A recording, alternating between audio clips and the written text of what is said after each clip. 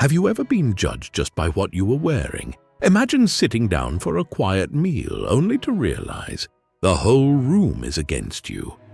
The afternoon sun bathed the streets of Los Angeles in a golden glow, its warmth cutting through the crisp autumn air. The kind of day where people walked slower, enjoying the moment, sipping their overpriced coffees, and losing themselves in the illusion that the world wasn't spinning faster than they could keep up. Barron Trump stepped out of his black SUV, adjusting the sleeves of his neatly pressed button-down shirt. He wasn't one for flashy appearances, no entourage, no security tailing him, just a teenager out for a meal. A rare moment of quiet. He adjusted the red MAGA hat perched on his head, not as a statement, not as an act of defiance, but because to him it was just a hat. A comfortable, familiar piece of clothing, one he wore often with little thought. The restaurant he chose, Terrasse, was one he had been to before. A sleek, high-end establishment tucked between boutiques and art galleries. The kind of place where the music was soft, the plates were small, and the conversation was quieter, meant only for those at your table. As he walked in, the scent of truffle oil and aged wine lingered in the air. A hostess greeted him with a polite but slightly rigid smile, her eyes flickering to his hat for a fraction of a second, before snapping back to his face. "Right this way," she said, leading him toward a quiet table near the window. Barron sat down, exhaling softly as he picked up the menu. He wasn't looking for attention, he wasn't making a scene, he just wanted to eat. But the moment he set the menu down, he noticed something odd. A man at the next table nudged his partner, whispering under his breath. A few tables over, two waiters stood near the bar, murmuring, casting glances in his direction before looking away when they saw him looking back. The tension was almost imperceptible, like a subtle shift in the air. A pressure he couldn't quite place yet. He went back to scanning the menu. He was used to whispers. But this was different. What he didn't know was that his quiet lunch was about to turn into something much, much bigger. It started with whispers, then a waiter walked over, and what they said next changed everything. The restaurant wasn't full, yet the energy in the air felt crowded, claustrophobic. Barron tapped his fingers idly on the polished wooden table, glancing out the window as people passed by outside, blissfully unaware of the silent storm brewing inside. Then the footsteps approached, steady, purposeful.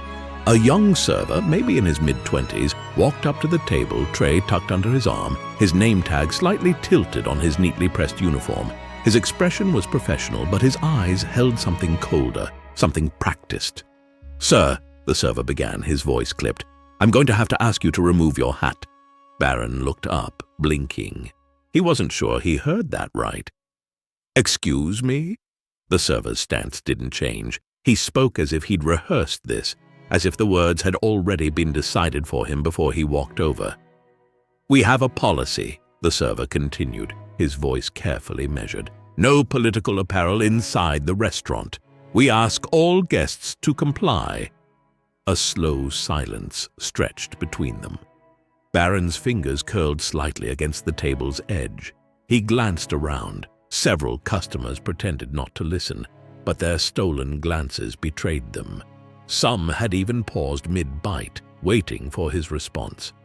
Barron took a slow breath, keeping his voice even. "I've been here before," he said. "I don't remember seeing that policy anywhere." "It's an internal rule," the server shot back. "We like to keep this place neutral, non-political, a place where people can eat in peace."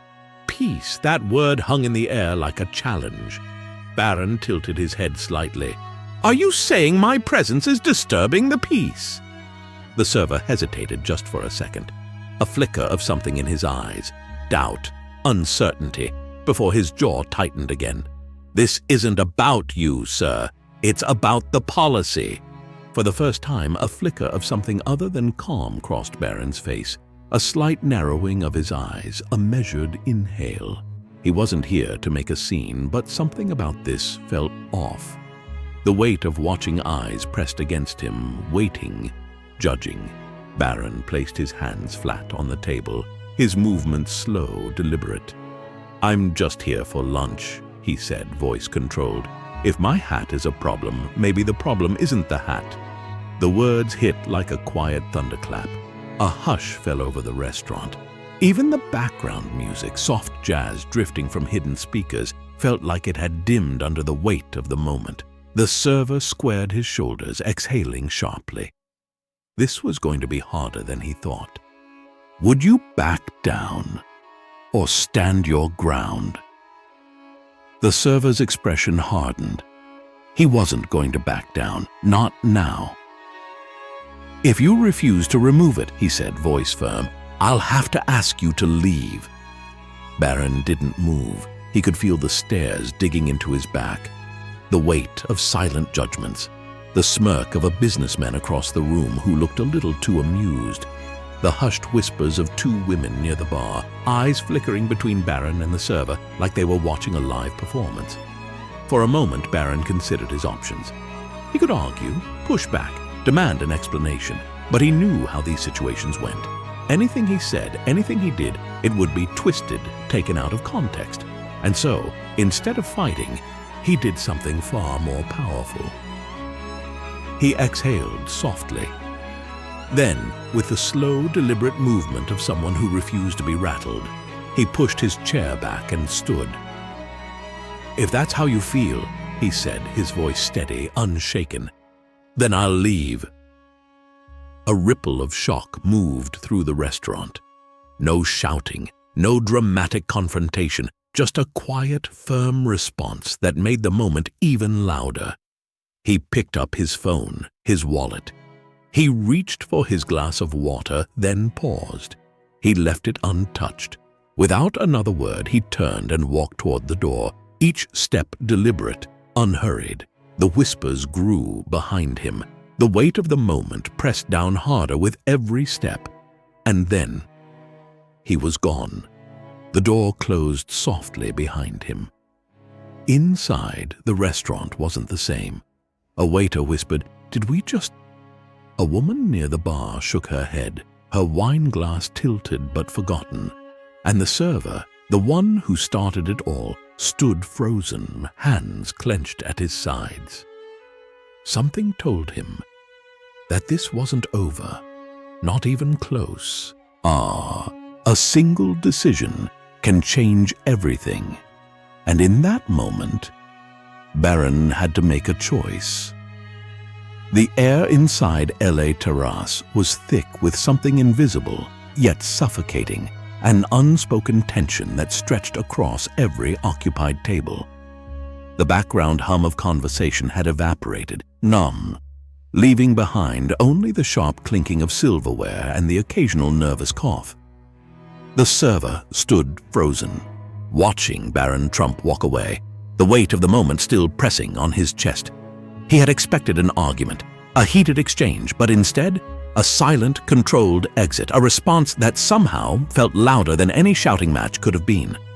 A soft murmur spread through the restaurant as Barron disappeared through the glass doors, swallowed by the Los Angeles sunlight. A group of businessmen near the bar exchanged glances. A woman halfway through her glass of wine set it down, brows furrowing in quiet contemplation. One waiter leaned in toward the server. "You sure that was the right move?" His voice barely above a whisper. The server's jaw tightened, the pulse in his temple ticking. Was it? He had followed the restaurant's so-called policy, hadn't he? And yet, something didn't feel right. A few feet away, the restaurant manager, who had been watching from a distance, crossed his arms. "Let's keep things running smoothly," he muttered. "We don't need a scene." But what he didn't realize was that the scene had already started. Outside, Barron paused just past the restaurant's awning. He adjusted his hat slightly, feeling the warm breeze against his face. He wasn't angry, not exactly. Frustrated, yes. Disappointed, more than anything. His phone buzzed in his pocket, a message from a friend. "Dude, what just happened?" Barron took a slow breath and started typing. Little did he know, his quiet response was about to make more noise than he ever expected. The world outside didn't know what just happened, but in a matter of hours, they would. It started as a ripple, a single social media post. A diner seated 2 tables away had captured the moment on their phone. The tense exchange, the silence, the stares, the quiet but firm way Barron had left. They uploaded it with a simple caption. They kicked Barron Trump out of LA Terrasse for a hat. Within minutes, the video had thousands of views. Within an hour, hundreds of thousands. Hashtags began to spread like wildfire. #Stand with Barron, #Free Speech Matters, #Last Terrasse Scandal. The comments exploded. Some sided with Barron. Since when is a hat offensive? So much for inclusivity. Only if you agree with them, I guess. Others backed the restaurant. Private business. Their rules. Maybe he should have just taken it off. But the real chaos began when influencers, journalists, and news outlets got involved. One well-known commentator reposted the video, adding, "Imagine getting banned from a restaurant for your political beliefs. This is America in 2025. A major news station picked up the story that evening, showing the clip alongside discussions about free speech in modern society. Before long, every major media outlet was talking about it. Meanwhile, back at LA Terrasse, things were starting to crack. The restaurant's Instagram and Yelp pages were flooded with angry comments and 1-star reviews. Reservations were being cancelled. The restaurant staff overwhelmed, and the server who had started it all? He sat in the break room scrolling through his phone, watching as his name was dragged into the storm. He had followed the rules, hadn't he? But in a world that thrived on instant reactions, the court of public opinion had already made its decision. So, what started as a small moment became a firestorm. By the next morning, Louisiana Terrasse was no longer just a restaurant. It was ground zero for a nationwide debate. News vans parked outside, journalists swarming the sidewalk, hoping to get a statement from anyone willing to talk. The restaurant's phone lines were clogged with complaints, demands for refunds, and threats of boycotts. Inside, the staff moved like ghosts, their usual chatter replaced by a tense, suffocating silence. The manager sat in his office, hands pressed against his forehead, scrolling through article after article covering the controversy. Then came the kicker, celebrity involvement. A well-known Hollywood actor tweeted, "I've been a regular at LA Terrasse for years, but after this, never again." Another public figure fired back, "Businesses have a right to refuse service. Don't like it? Go somewhere else." The division was growing, and so was the damage. But amidst the noise, Barron remained quiet. He wasn't arguing in the comments. He wasn't giving interviews. Instead, he was planning something.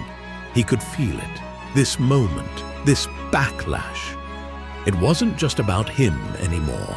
It was bigger than one restaurant, bigger than one incident.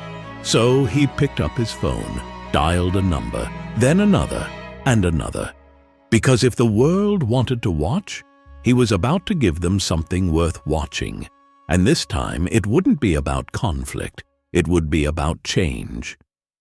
Some would fight back, but Barron had a different idea, one that no one saw coming. The backlash was deafening.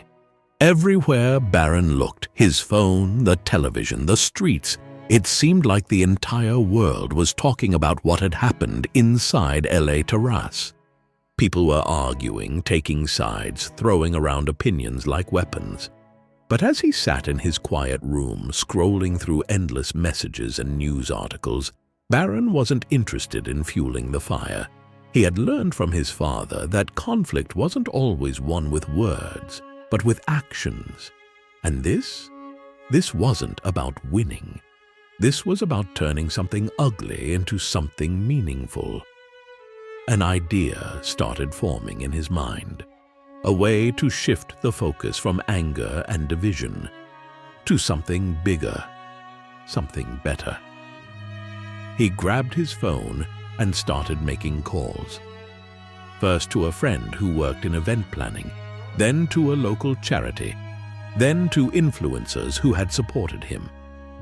"Hey," he said, voice steady, filled with purpose, "I need your help with something." And just like that, the wheels were in motion. For the next 48 hours, Barron barely slept. He coordinated, strategized, organized something no one expected. And when the news broke, the world paid attention. A restaurant tried to silence one person. But what happened next brought thousands together. On the morning of the third day, the streets in front of LA Terrasse looked completely different. Instead of an exclusive high-end restaurant standing untouched behind tinted windows, the sidewalk was alive with movement, energy, and purpose. Rows of tables lined the pavement, covered in banners reading, "United we stand, building bridges, not walls." Food trucks, music, people from all walks of life gathered in solidarity. And right in the center of it all, Barron Trump. Dressed simply, the same red hat still perched on his head, he stood on a small stage, microphone in hand, eyes scanning the growing crowd. He took a breath, and then he spoke. "3 days ago," he started, his voice carrying over the gathered crowd, "I was asked to leave a restaurant because of what I was wearing." A murmur rippled through the audience. "That's okay. I respect their policies, even if I don't agree with them." But what struck me wasn't just being turned away. It was the bigger picture. He paused. The camera zoomed in. The crowd hung on to every word. We live in a world where we are so quick to judge, so quick to label, so quick to take sides. But that's not who we are. We can do better. A cheer rose up. A few hands clapped. But Barron wasn't finished. This event is not about me, and it's not about them.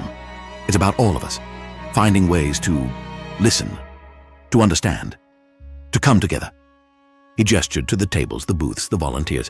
"Every dollar we raise today will go toward programs that encourage open dialogue, that support communities where people can feel heard, not silenced." The crowd erupted in applause, and inside LA Terrasse, the staff stood frozen, watching through the windows.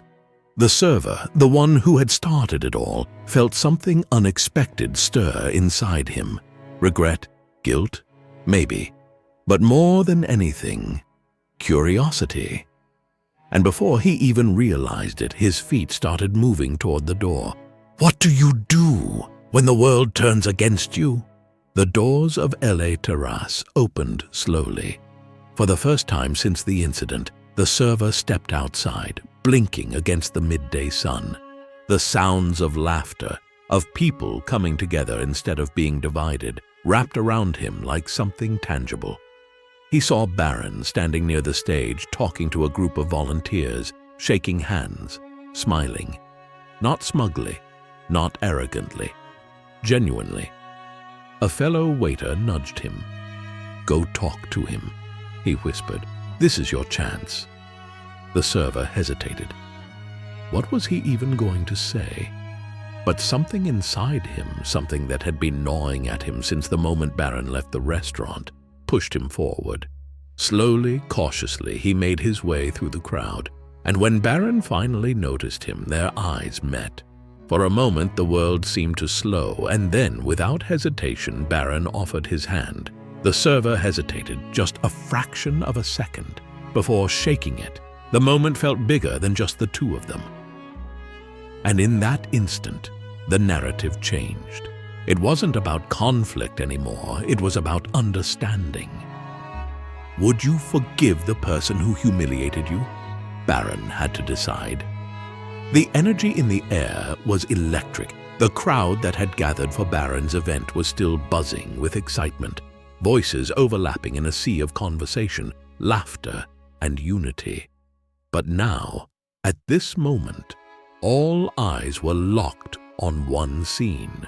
Barron Trump standing face to face with the very server who had asked him to leave 3 days ago. For a moment, neither of them spoke. The server, who had once stood so confidently inside L.A. Terrasse, enforcing what he thought was a simple rule, now seemed different, softer, hesitant. He cleared his throat. "Look, He paused, exhaling sharply before trying again. "I didn't handle that situation right." Barron didn't say anything. He let the words settle, watching as the server shifted awkwardly under the weight of his own guilt. "I thought I was doing the right thing, keeping things neutral, keeping things peaceful," the server continued. His eyes flickered toward the vibrant event happening around them. The live music, the food stands, the volunteers handing out pamphlets about open dialogue and unity. "But I see now, I did the opposite." Barron tilted his head slightly, considering the man in front of him. It would be easy to hold a grudge, to ignore the apology, to let this man carry the burden of his mistake alone. But that wasn't who Barron was. He extended his hand. The server blinked in surprise, glancing down at Barron's outstretched palm before slowly reaching out to shake it. The crowd erupted into applause. It wasn't just about these two men anymore. It was about the bigger picture, a lesson in humility, a lesson in grace, a lesson in how a single moment of division can be rewritten into something powerful. Barron gave the server a small nod. "You're here now," he said simply. "That's what matters." The server let out a shaky breath, nodding back. "Yeah," he muttered, "I guess it does." As they released their handshake, the event around them seemed to shift into something even greater. It wasn't just about standing up for beliefs anymore. It was about proving that understanding is possible, even when we start on opposite sides. And as the sun dipped lower in the sky, painting the streets of Los Angeles in warm gold, it became clear that this wasn't just the end of a story. It was the beginning of a movement. Some stories end in division, but this one, it ended in something far more powerful.